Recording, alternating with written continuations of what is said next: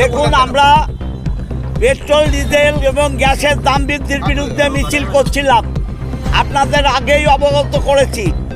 কিন্তু অত্যন্ত দুঃখের বিষয়, পশ্চিমবাংলার গণতান্ত্রিক পরিবেশ বিজেপি নষ্ট করে দিচ্ছে এবং আমাদের সর্বভারতীয় সাধারণ সম্পাদক অভিষেক ব্যানার্জি আজকে সকালে বেলেঘাটে গিয়েছিলেন এবং তারপর বিকেলে সোনারপুর গিয়েছেন কর্মীদের পাশে দাঁড়াতে, ঘরচারা কর্মীদের পাশে দাঁড়াতে, অত্যাচারিত কর্মীদের পাশে দাঁড়াতে।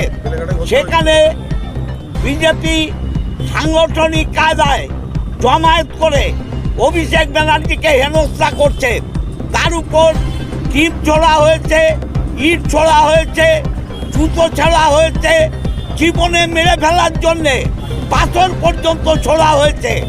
আমরা এর প্রতিবাদে শান্তিপূর্ণ রাস্তা অবরোধ করছি। বিজেপির এই স্বৈরাচারী মনোভাবের বিরুদ্ধে আমাদের আন্দোলন চলবে। গণতন্ত্র পশ্চিমবঙ্গে সর্বনাশ করে দিচ্ছে বিজেপি।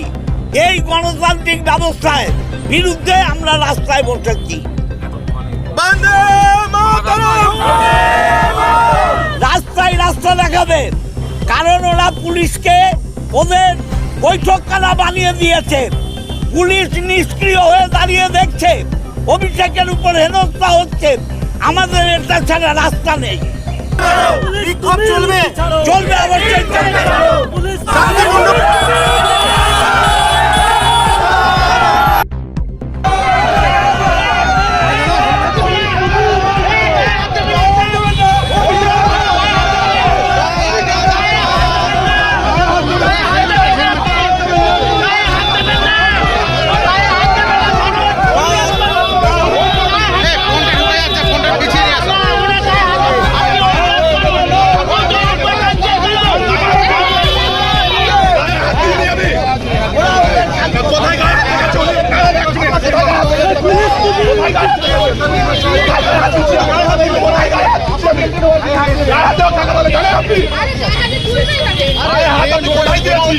অনেক টাইম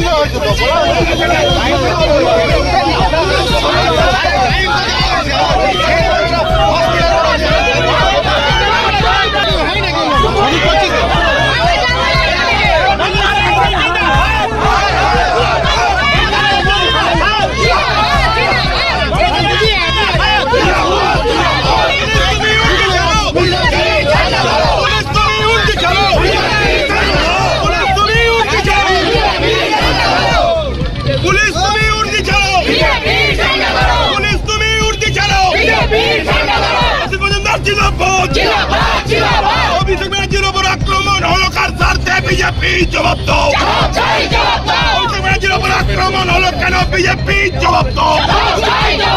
এই দাবিতে তৃণমূল কংগ্রেস রাস্তায়, বিজেপি হুঁশিয়ার। এই অভিষেকের উপর আক্রমণকারীদের অবিলম্বে হবে। অভিষেককে প্রাণে মারার চেষ্টাকারীদের গ্রেফতার করতে হবে। আমাদের অবরোধ তুলেছে, গায়ের জোরে বল প্রয়োগ করে আমাদের কর্মীদের অসম্মানিত করে বিজেপির দালালি করবার জন্য পুলিশ এই ব্যবস্থা করলো।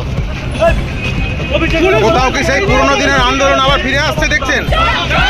আমরা লড়েছি, আবার লড়বো।